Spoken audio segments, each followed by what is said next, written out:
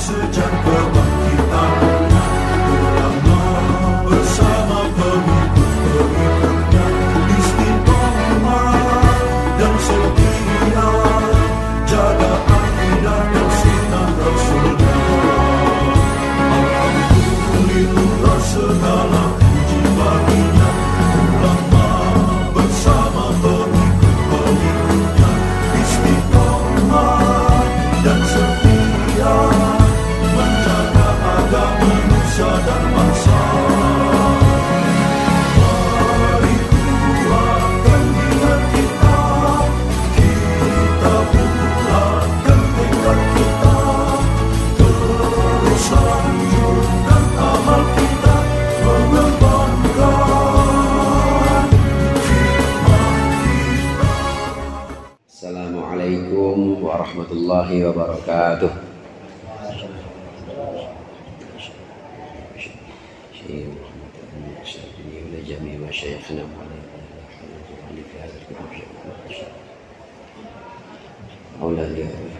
Al-Fatihah. A'udzu billahi minasyaitonir rajim. Bismillahirrahmanirrahim. Alhamdulillahi rabbil alamin. Arrahmanirrahim. Maliki yaumiddin. Iyyaka na'budu wa iyyaka nasta'in. Ihdinas siratal mustaqim. Siratal ladzina an'amta 'alaihim ghairil maghdubi 'alaihim waladdallin. Alhamdulillahil munfarid bil 'azamati wal jalal, al mutawahhid bi istihqaqi nu'util kamal. Wassalatu wassalamu ala sayyidina Muhammadil hadi minad dhalal wa ala alihi wa ashabihi alladhina khalasat lahumul a'mal wa saffat minhumul ahwal. Amma ba'd, fa inna ahsanal hadithi kitabullah wa khairal hadi hadi Muhammadin sallallahu alaihi wasallam wa syarrul umuri muhdatsatuha wa kullu muhdatsatin bid'ah wa kullu bid'atin dhalalah. Wa qala al-musannif rahimahullah wa nafa'ana bihi wa bi 'ulumihi fid dharain amin. Tahaqqaq bi awsafika yamuddaka bi awsafihi, tahaqqaq bi dhullika yamuddaka yamuddaka atau yumiddaka bi 'izzihi, tahaqqaq bi 'ajzika yumiddaka bi qudratihi, tahaqqaq bi du'fika yumiddaka bi haulihi wa quwwatihi. Tahaqqaq, wujudkanlah, nyatakanlah, bi awsafika, sifat-sifatmu, yumiddaka, maka akan menolongmu, dia akan menolongmu, Allah akan menolongmu, bi awsafihi, dengan sifat-sifatnya.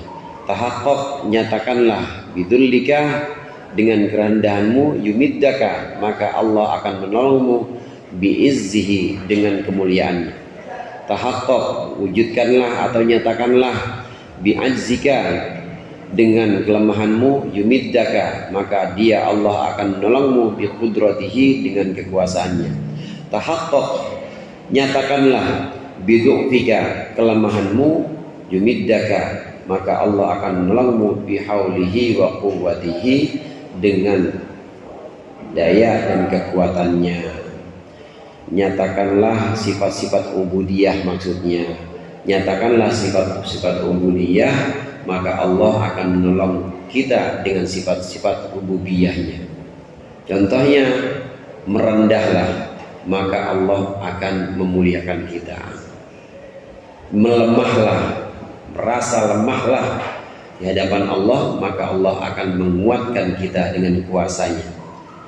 Kemudian merasa bahwa kita ini menghinalah kita di hadapan Allah, merasa hina, maka Allah akan memberikan kemuliaan kepada kita, dan demikian seterusnya.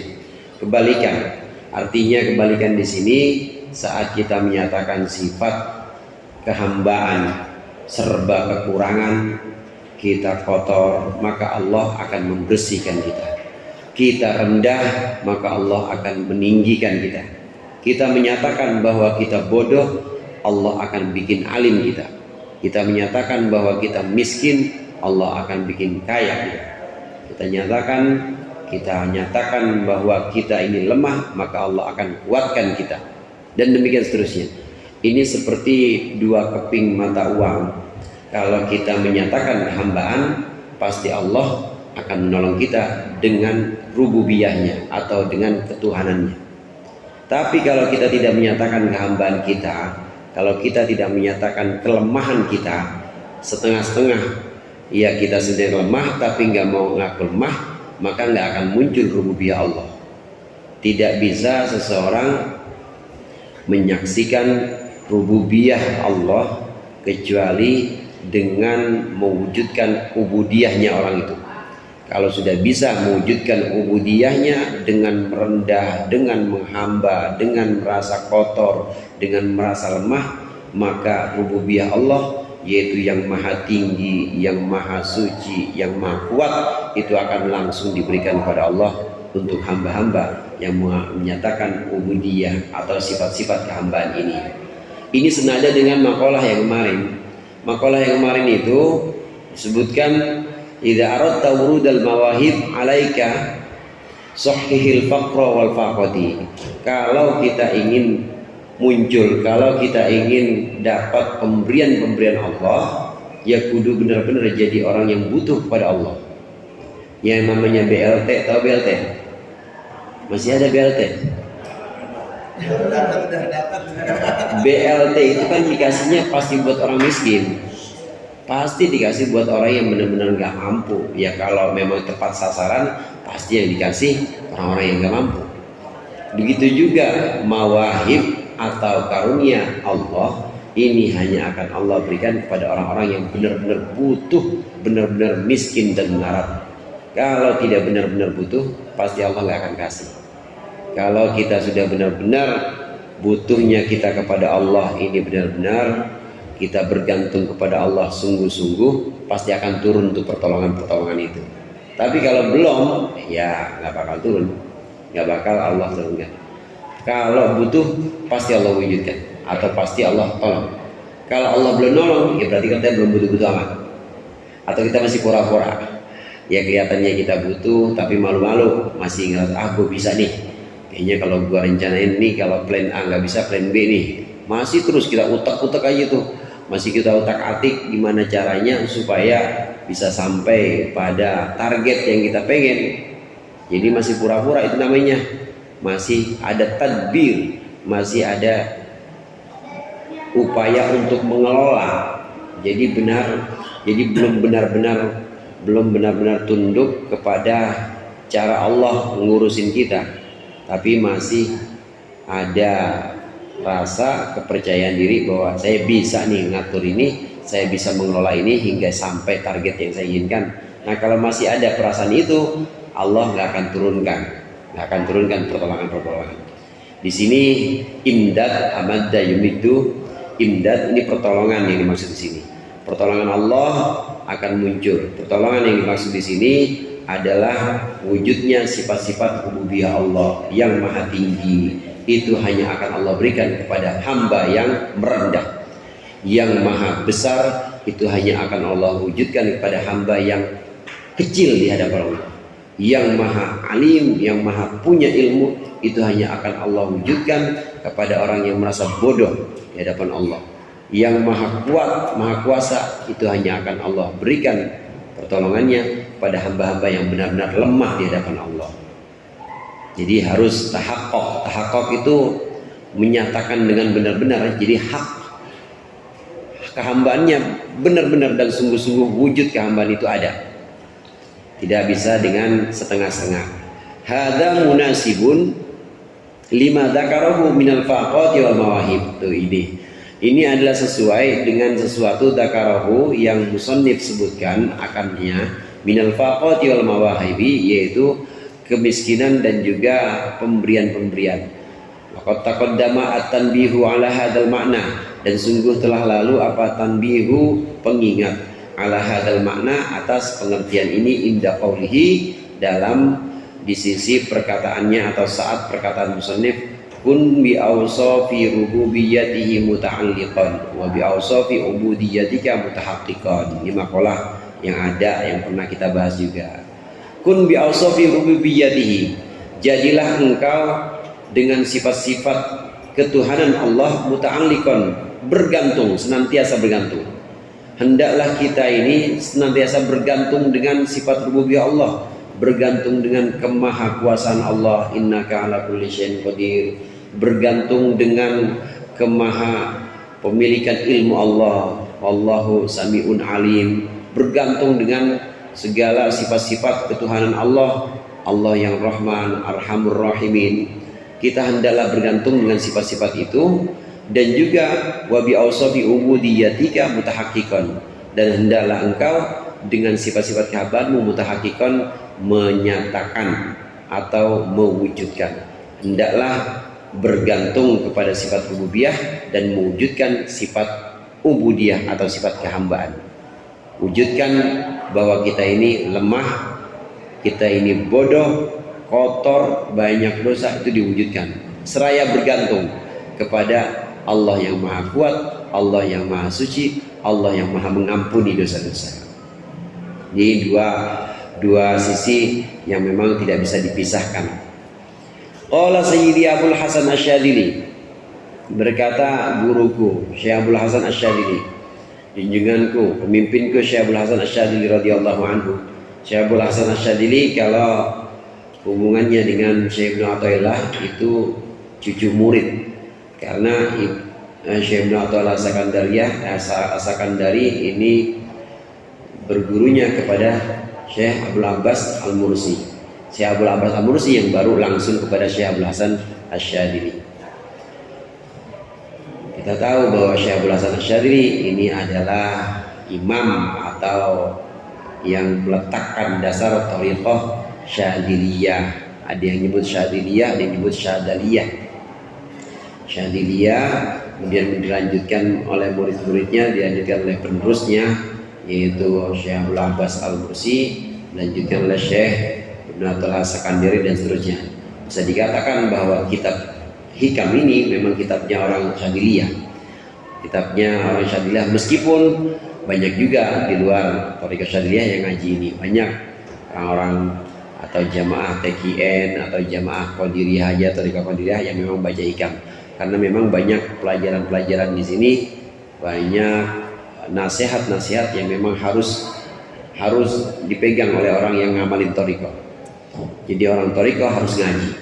Ngajinya antara lain ngaji Hikam atau ngaji Ihya. Karena kalau nggak ngaji bisa terjebak kepada memburu keramat. Sahabatullah keramat tuh. Jadi orang baru 40 hari puasa ngamalin wirid thariqah, itu tahu-tahu banyak orang minta tolong. Kadang-kadang belum dibawain air aja udah sembuh. Itu kalau nggak ngaji Hikam kayak gini, nah bisa nyaman di tingkat itu. Jadi dukun, duduk yang tekun. Kalau di Hikam dijelaskan, di Hikam ini dijelaskan bahwa karomah atau keramat itu bukan segala-galanya. Bahkan untuk ahlu tahqiq atau muhaqqiqun, orang-orang yang memang sudah sampai hakikat, itu bahkan nggak ada yang mengabaikan karomah. Apaan itu karomah? Nggak perlu kita karomah.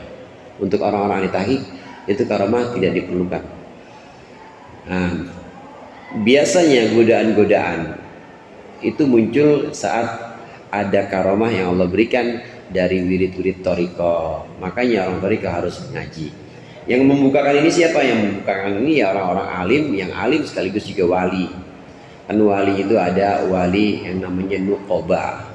Wali nuqoba itu 12. Nuqoba itu 12 jumlahnya. Ini memang wali-wali Allah yang Allah pilih, mereka yang cerdas dalam pemahaman syariat sekaligus mengerti rahasia-rahasia syariat, plus mengerti tipu daya setan yang pengen godain orang lewat syariat itu.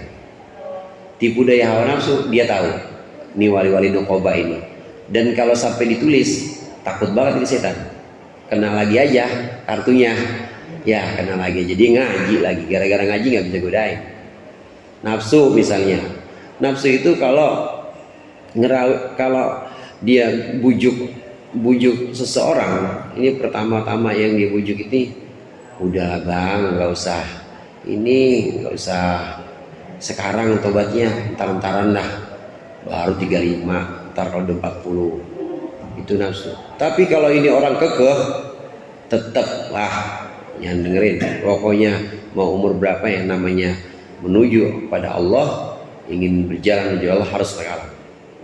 Nah, nafsu datang lagi.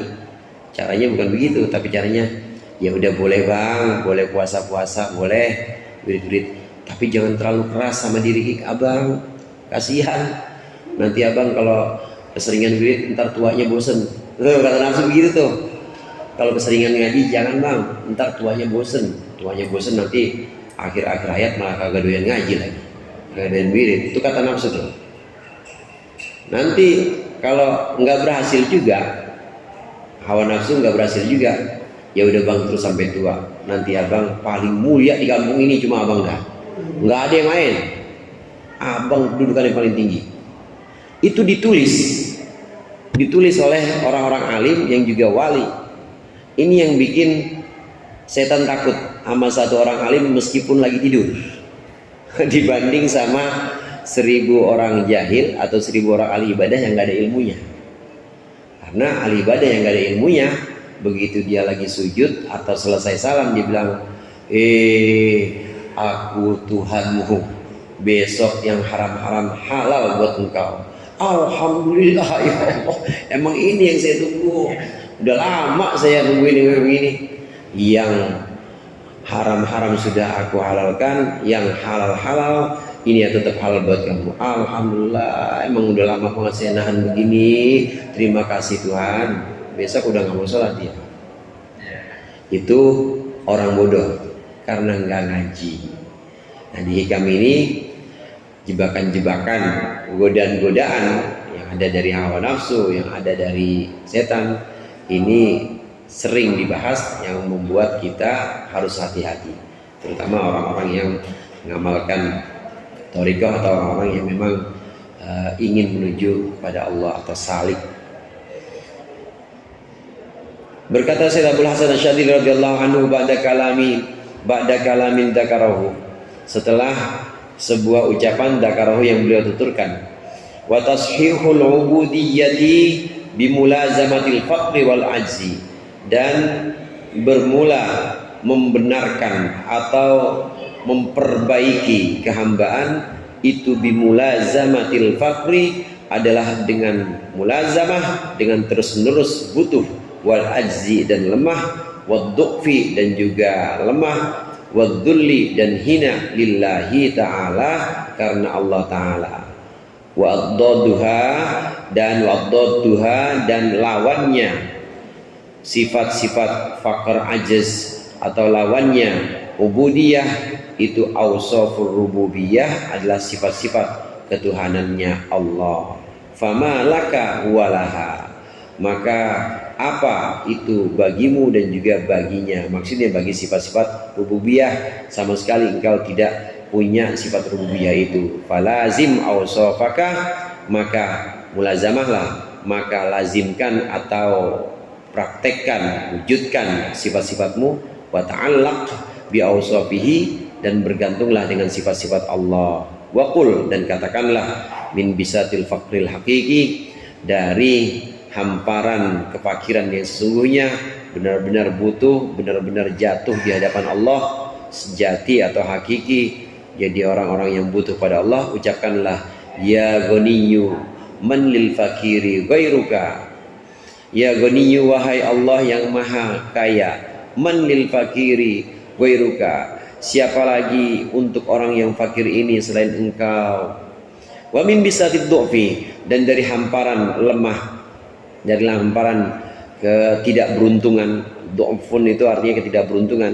Dari hamparan ketidakberuntungan, ucapkanlah ya qawiyyu man lid-dha'ifi ghairuka, wahai Allah yang maha kuat, siapa lagi untuk orang yang tidak beruntung ini, yang malang ini, ghairuka selainmu, enggak ada ya Allah, cuma engkau.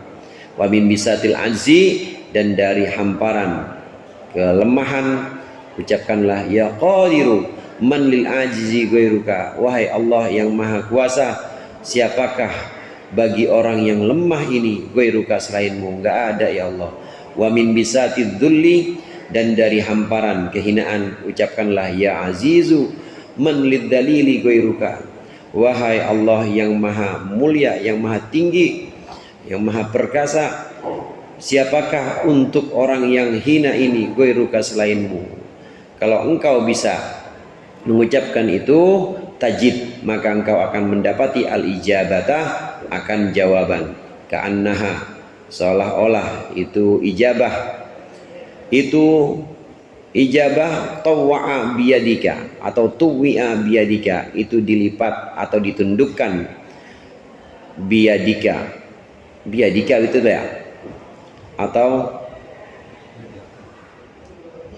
ada ya-nya, yadaka, yadaka, itu kannaha tawwa'a yadaka, seolah-olah itu ijabah. Atau gini aja, ka'annaha tau'u yadiha, seolah-olah itu ijabah, tau'u yadika adalah yang ditundukkan oleh tanganmu. Wasta'inu billah, dan mohonlah pertolongan kalian semua kepada Allah saja. Wasbiru, dan sabarlah. Innallaha ma'as sabirin, sesungguhnya Allah beserta orang-orang yang sabar. Mewujudkan sifat-sifat ubudiyah atau sifat kehambaan. Artinya kita hina, kita lemah, kita malang, kita bodoh, ini benar-benar wujudkan. Sifat rububiyah gimana? Boro-boro sifat rububiyah mah jangan. Fama laka walaha, itu maksudnya. Apa daya yang namanya sifat sempurna itu nggak ada dalam diri kita. Oleh karenanya kita harus lemah, kita harus hina, kita harus di hadapan Allah harus malang, kita harus bodoh di hadapan Allah, dan dari situ baru bergantunglah kita kepada kemahakuasaan Allah, kemahatauan Allah, ya alim, kemahakuasaan, kemahasucinya Allah, ini bergantung. Nah, di sini diajarkan oleh Syekh Abdul Hasan Asy-Syadzili, kalau kita sudah benar-benar ada di hamparan kefakiran, fakir benar-benar kita, butuh benar-benar pada Allah. Kalau kita sudah ada di hamparan kefakiran ini, ucapkanlah ya ghaniyu man lil fakiri ghairuka. Ya Allah, tidak ada untuk orang fakir kecuali Engkau. Tidak ada untuk orang yang lemah ini kecuali Engkau yang maha kuat. Tidak ada, wahai Allah yang maha kuat. Ya Allah yang maha kuasa, tidak ada untuk orang yang lemah ini kecuali Engkau yang memberikan kuasa atau memberikan kekuatan. Ya Allah yang maha mulia, yang maha tinggi, tidak ada untuk orang yang hina ini kecuali Engkau yang bisa meninggikan. Kalau sudah bisa seperti ini, dibalik sama Allah itu, dibalik keadaannya. Yang bodoh langsung Allah bikin alim, yang rendah langsung Allah tinggikan derajatnya, yang berdosa langsung Allah ampuni dosanya, yang lemah langsung Allah berikan kekuatan. Dan harus terus-menerus begitu, harus minta tolong hanya kepada Allah. Sabar, artinya sabar ini ya kudu terus-menerus, ya lazim, mulazamah, harus terus-menerus. Dan janji Allah, Allah akan senantiasa bersama orang-orang yang sabar, yang mau melatih ini semuanya. Intaha kalamu Sayyidi Abil Hasan wa huwa ma'na ma dzakarahul mu'allif huna. Dan ini adalah pengertian sesuatu yang disebutkan oleh mu'allif di sini, yaitu tentang menyatakan, mewujudkan sifat ubudiyah kita seraya bergantung kepada sifat rububiyah Allah. Bisa terjadi secara berbarengan beberapa sikap atau beberapa keadaan ini bisa terjadi secara berbarengan.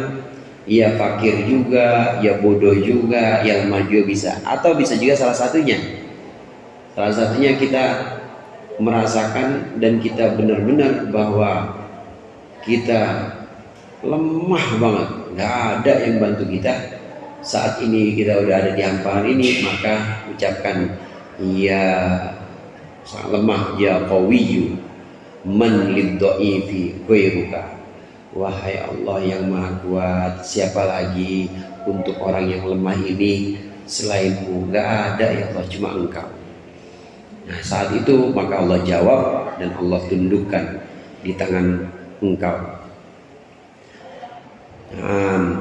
Jadi dua-duanya ini perkataan Syekh Abdul Abbas Al-Mursi dan juga perkataan Syekh Abdul Hasan Asy-Syadzili ini senada dengan pengertian yang disampaikan oleh Syekh Ibnu Athaillah As-Sakandari. Waqtal kalamil muallif jara ala minhaji kalami Abil Hasan radhiyallahu anhuma wa nafa'a bihima.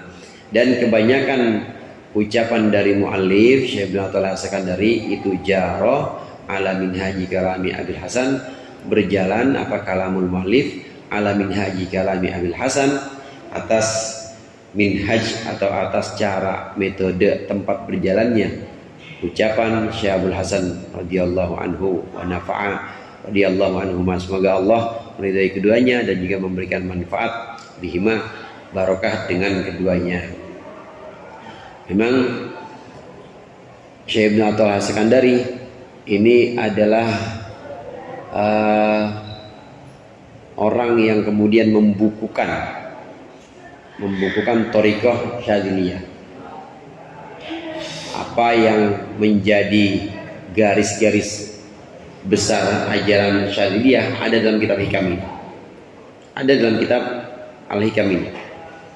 Kalau Imam Ghazali misalnya punya Ihya atau punya Bidayatul Hidayah misalnya, atau Minhajul Abidin, itu kan, tapi Imam Ghazali belum ada yang meneliti dan menemukan Imam Ghazali itu thariqah apa. Dan memang masanya pada waktu itu belum ada. Baru pada masa Syekh Abdul Qadir Al-Jilani itu mulai ada perkumpulan orang-orang, kemudian sama-sama zikir thariqah, kemudian dilanjutkan pada murid-muridnya dan jadilah semacam satu organisasi lah, macam satu organisasi atau sebuah jam'iyah thariqah. Nah, setelah Syekh Abdul Qadir Al-Jilani baru Syekh Abdul Hasan Asy-Syadzili.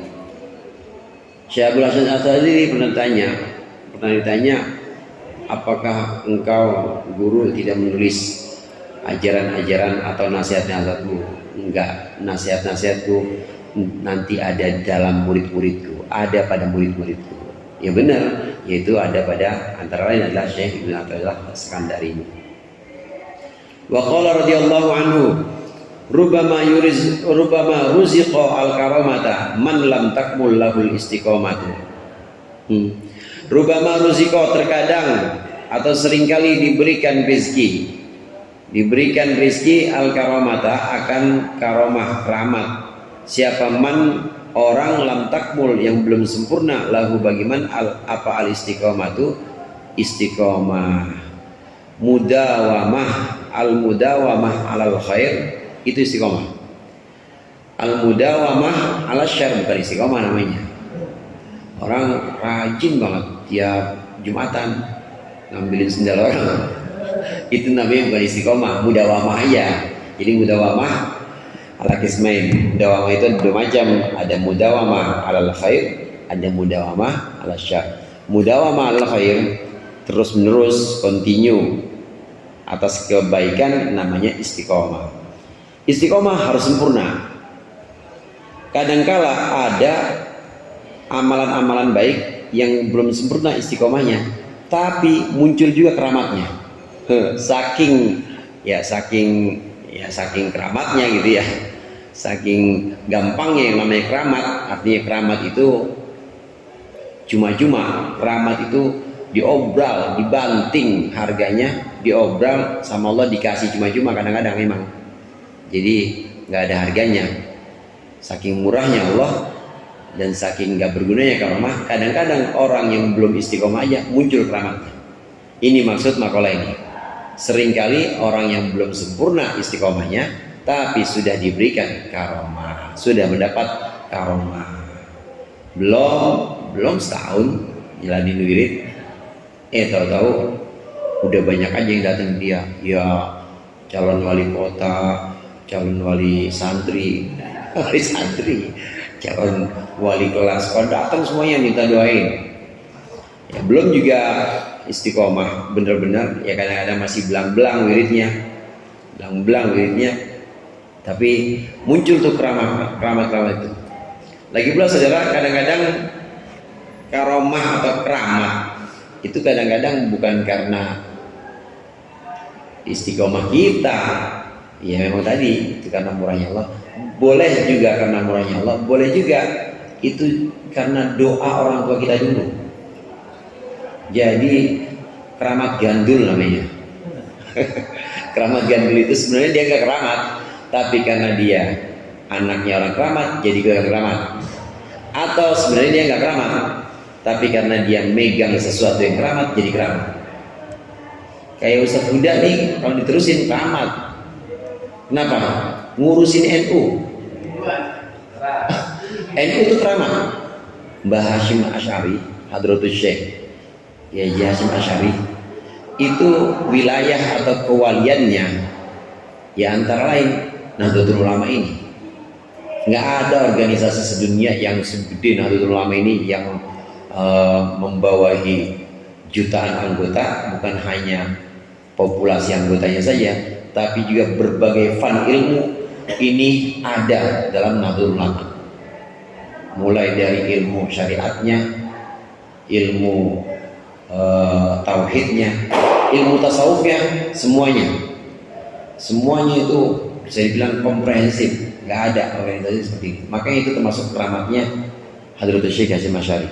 Orang yang nggak punya keramat tapi ngurusin NU, keramat gandul namanya. Ikut jadi keramat kalau diterusin dan kalau benar-benar ikut jadi keramat. Makanya saya nggak berani yang Ustaz Huda pengurus NU, takut kualat saya mah. Ngeri. Kalau udah di struktur itu walaupun dia gimana juga ngeri banget dah. Soalnya dia udah pegangan sesuatu yang keramat juga. Ya orang megang kayak orang megang keris, walaupun dia biasa-biasa aja, kalau udah megang keris kan ikut jadi keramat juga. Ini namanya keramat. Nah keramat ini bisa karena semata-mata pemberian Allah, karena memang begitu murahnya Allah dan begitu remehnya keramat atau karamah.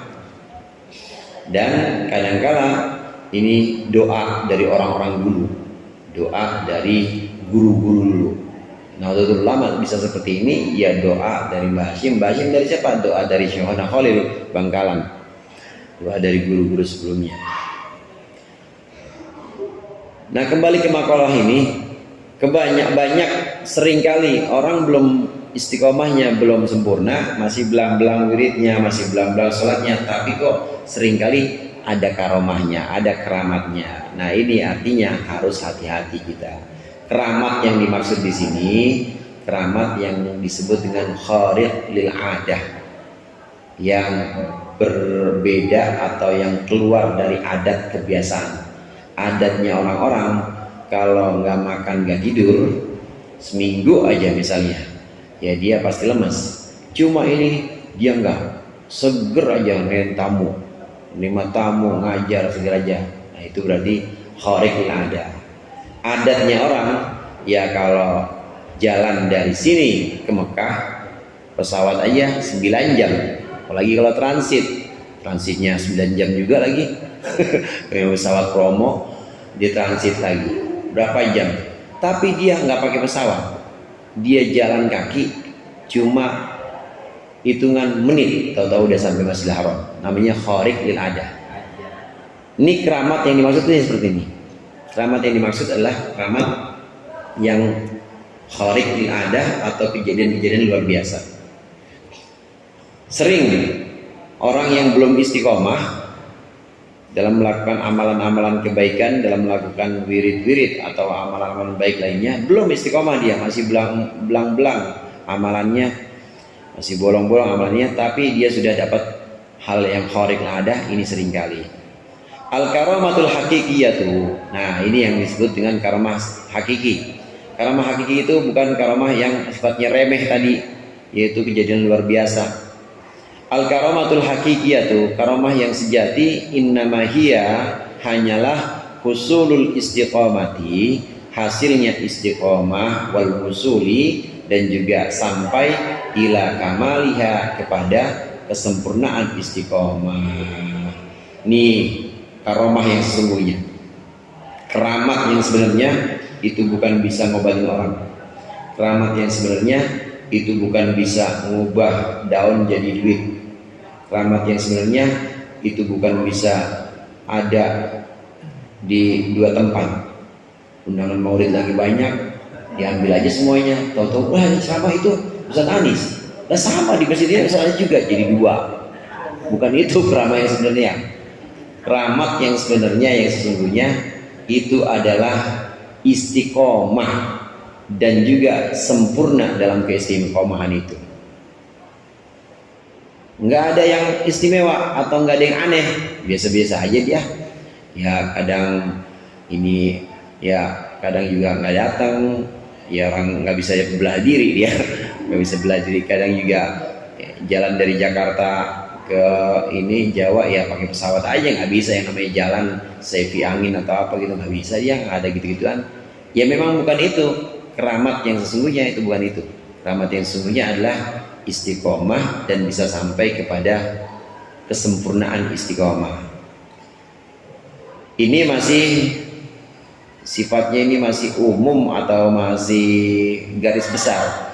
Lalu bagaimana prinsipnya nih? Wa marji'uha dan tempat kembalinya istiqomah. Istiqomah yang dimaksud di sini bagaimana? Itu ila amro ini kepada dua perkara. Sihhatil imani billah, kebenaran iman kepada Allah Azza wa Jalla, wattiba'i ma ja'a bihi Rasulullah sallallahu alaihi wasallam, dan mengikuti apa-apa yang membawa siapa Rasulullah sallallahu alaihi wasallam, apa-apa yang dibawa oleh Rasulullah, zahiran wa batinan, baik secara zahir maupun secara batin. Ini dua nih prinsipnya. Istiqomah itu yang harus diistiqomahin itu apa? Pertama, al-imanu billah sahihan, sihhatul iman billah.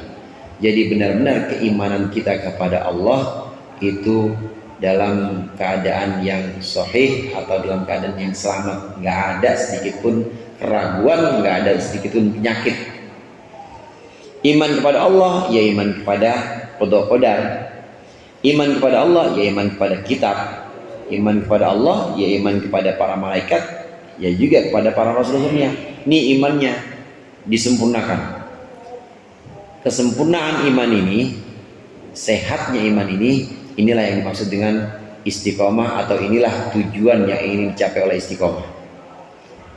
Kesempurnaan istiqomah ini satu sisi, atau sisi yang pertama adalah sempurnanya iman kita. Sahih di sini sehatnya iman kita, nggak ada penyakit sama sekali. Kalau nggak ada penyakit sama sekali, maksudnya nggak ada keraguan. Allah tentukan qadanya berupa kesenangan atau kebahagiaan, ya dia terima. Berupa kesulitan, ya dia terima, dia ridho. Kalau udah sampai tahap itu, berarti imannya udah sahih, sihhatul iman billah. Yang kedua, ittiba'ur rasul. Yang kedua, ngikut Kanjeng Nabi Muhammad sallallahu alaihi wasallam zahiran wa batinan. Ikut Nabi. Ikut Nabi itu tentu yang wajib-wajib dulu, yang didahulukan ya sholatnya ikut Nabi, puasanya ikut Nabi, kemudian umroh hajinya ikut Nabi, sedekahnya atau zakatnya juga ikut Nabi. Yang diduluin yang wajib-wajib dulu, sholatnya ya 5 waktu itu ikut Nabi, rukuknya, dirinya, madhabnya ikut Nabi. Itu namanya ittiba'ur rasul zahiran, secara zahir. Nah batinnya bagaimana? Ya batinnya saat sholat. Batinnya saat sholat kita khusyuk, sama ngikutin khusyuknya Nabi Muhammad. Kita hudur, hadir hati kita di hadapan Allah, itu juga sama ngikutin hadirnya Nabi Muhammad saat sholat. Nabi Muhammad pernah orang sholat pegangin jenggot. Kata Rasulullah, "Lau khasha'a qalbu hadzal rajul", kalau hati orang ini khusyuk, dia nggak bakal ngeying. Itu hatinya nggak usah berada kemana-mana.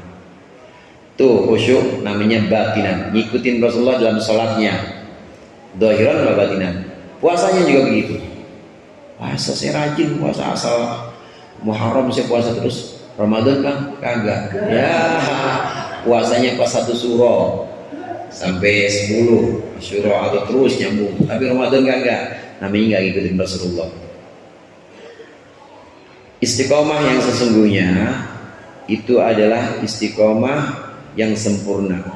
Apa itu istiqomah yang sempurna? Istiqomah yang sempurna itu adalah kesempurnaan iman kepada Allah dan kesempurnaan mengikuti Rasulullah zahir batin, mengikuti zahirnya Rasulullah salat, zahirnya Rasulullah puasa, zahirnya Rasulullah sedekah, zahirnya Rasulullah bergaul dengan istri, bergaul dengan anak kecil, zahirnya. Hatinya juga ikut, batinan, ya batinnya ya ridho, ya mahabbah atau senang kepada orang-orang muslim, ya hatinya juga qanaah saat menerima takdir, itu batinnya. Semua yang mengikuti Rasulullah.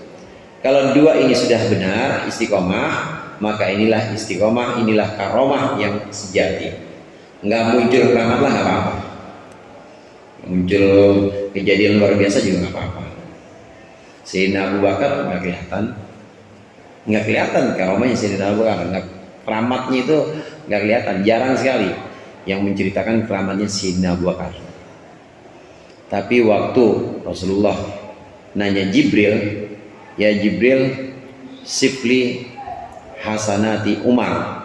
Sayyidina Umar karomahnya banyak, keramatnya biasa. Sayyidina Umar lagi khutbah tahu-tahu teriak-teriak waro, tahu-tahu lihat belakang awas ada pasukan. Sayyidina Umar ngeliat benar-benar pasukan Islam mau diserang, kelihatan, nggak usah pakai terawang gini nggak usah, kelihatan begitu aja udah.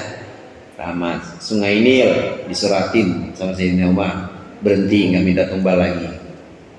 Sorbannya yang dibawain doang, sorbannya buat satu wilayah atau satu rumah kebakaran, sorbannya dibawa, yaitu sorbannya belum diapa-apain, udah mati aja apinya. Banyak keramatnya Sayyidina Umar itu. Jalan yang bekas dijalanin sama Sayyidina Umar, setan gak berani lewat, kan keramat Sayyidina Umar itu, keramatnya banyak. Waktu Nabi Muhammad tanya Jibril sifri hasanati Umar, coba gambarkan atau tuliskan kebaikan Umar buatku, kepadaku tulisan. Kata malaikat Jibril, laukan al-bahru midadan, kalau laut jadi tintanya, wasyajaru aklaman, dan pohon-pohon itu jadi penanya, maka tidak akan tuntas untuk menulis kebaikan-kebaikan Sayyidina Umar. Keramatnya banyak banget. Gantian Nabi nanya, ya Jibril sifri hasanati Abi Bakar, kalau gitu sekarang tuliskan, deskripsikan kepada saya, gambarkan atau sebutkan kepada saya kebaikan-kebaikan Abu Bakar. Ya Muhammad, hasanatu Umar hasanatun min hasanati Abi Bakr. Kebaikan-kebaikan Umar yang gak bisa ditulis walaupun lautan itu jadi tintanya, itu cuma hasanatun min hasanati Abi Bakr, cuma satu kebaikan dari kebaikan-kebaikannya Sayyidina Abu Bakar. Mana Sayyidina Abu Bakar keramatnya? Gak ada, gak kelihatan. Jadi keramat itu bukan apa-apa. Keramat itu jangan diburu. Saya mah bukan pemburu hantu, Ustaz, saya pemburu keramat. Sama aja. Pemburu karomah kalau perlu. Ya, yang kita cari atau yang kita tuntut benar-benar itu supaya kita bisa istiqomah. Pemburu istiqomah itu yang penting. Nah, istiqomah ini dalam dua hal, yaitu dalam iman kita kepada Allah dan juga dalam mengikuti Rasulullah SAW. Fal wajibu 'alal 'abdi alla yahrisa illa 'alaihima, maka yang wajib atas seorang hamba alla yahrisa, hendaklah dia tidak memperhatikan atau dia tidak terobsesi illa 'alaihima, kecuali atas keduanya, yaitu iman billah wa tibair rasul. Wala takuna, dan hendaklah tidak ada lahu bagi al-'abd, bagi si hamba, apa himmatun, cita-cita, tujuan, illa fil wusuli ilaihima, kecuali dalam kesampaiannya dia ilaihima, kepada dua pokok ini, dua marji' ini. Jangan pengen apa-apa kecuali dua ini, yaitu sihhatul iman billah wa ittiba'ur rasul.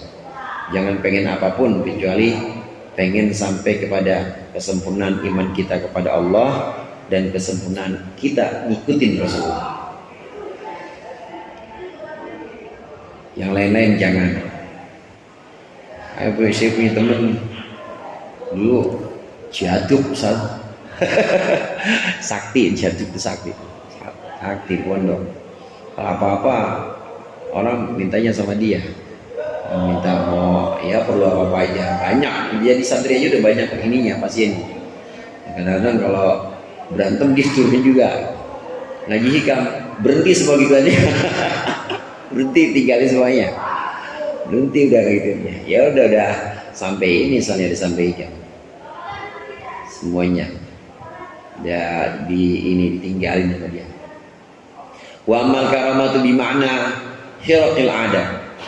Adapun karamah dengan makna bi makna khirqil adat, dengan makna merobek kebiasaan, melewati kebiasaan, jadi di luar kebiasaan. Fala ibrata biha, maka tidak ada anggapan biha terhadap karamah bi makna khirqil adat indal muhaqqiqin, di sisi orang-orang ahli hakikat, nggak ada anggapan, maksudnya nggak dianggap untuk orang-orang ahli hakikat karamah yang dimaksud atau karamah yang maknanya kejadian luar biasa itu nggak dianggap oleh orang-orang ahli hakikat. Orang ahli hakikat nggak pernah ngomongin itu, paling disenyumin doang. Kalau nggak disenyumin, tawain doang kalau ngomongin karamah. Kadangkala kejadian luar biasa itu bisa maunah, jadi jangan buru-buru karamah. Maunah kadang-kadang lah, maunah mah pertolongan bisa buat siapa aja. Kadang Bang Rasjo istrinya maunah. Bisa buat siapa aja kalau maunah itu mah Allah berikan kepada siapa aja maunah. Kadang-kadang orang biasa aja dapat maunah. Atau yang bahaya atau yang ngeri lagi itu istidraj. Kejadian luar biasa bisa istidraj juga. Kalau buat untuk orang-orang kafir, orang-orang yang memang ingkar kepada Allah, jauh dari Allah dan ibadah jauh, muncul pertolongan atau muncul banyak kejadian luar biasa. Nah itu bisa istidraj jadinya, suatu yang membuat dia terlena dan akhirnya dia makin jauh sama Allah, namanya istidraj. Dua kemungkinannya kejadian luar biasa itu, dua kemungkinan yang paling banyak. Kalau enggak maunah, istidraj. Jadi jangan buru-buru karamah. Kalau para wali ya karamah, dan biasanya para wali dapat karamah malah ngeri, malah takut. Ya Allah, bukan ini yang aku inginkan.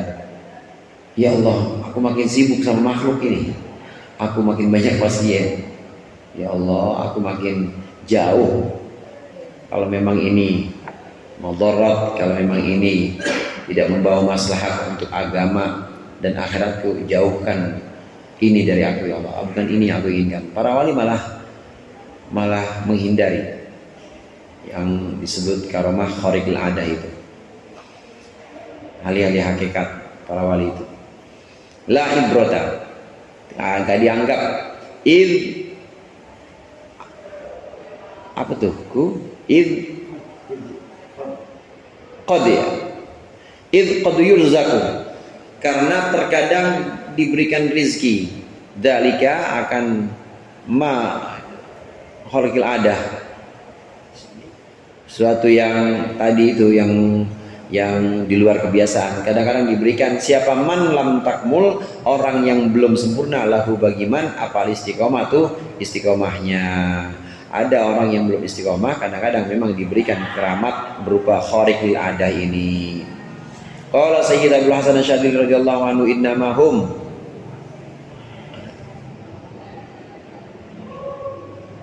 innama huma karamatani jami'atani muhitani karamatul iman bimazidil iqan wa syududul ayan wa karamatul amal al ittida wal mutaba'ah wal mujanabatid da'awi wal mukhada'ah. Faman utiyahuma thumma ja'ala yashtaqu ila ghairihima fa huwa 'abdun mughtarrun kadzabun. Ini perkataan Syekh Abdul Hasan Asy-Syadzili. Qala Sayyidi Abdul Hasan Asy-Syadzili, wallahu a'lam bissawab. Mudah-mudahan bermanfaat. Dikurangnya mohon maaf. Wallahul muwaffiq la aqwamit thoriq. Assalamualaikum warahmatullahi wabarakatuh.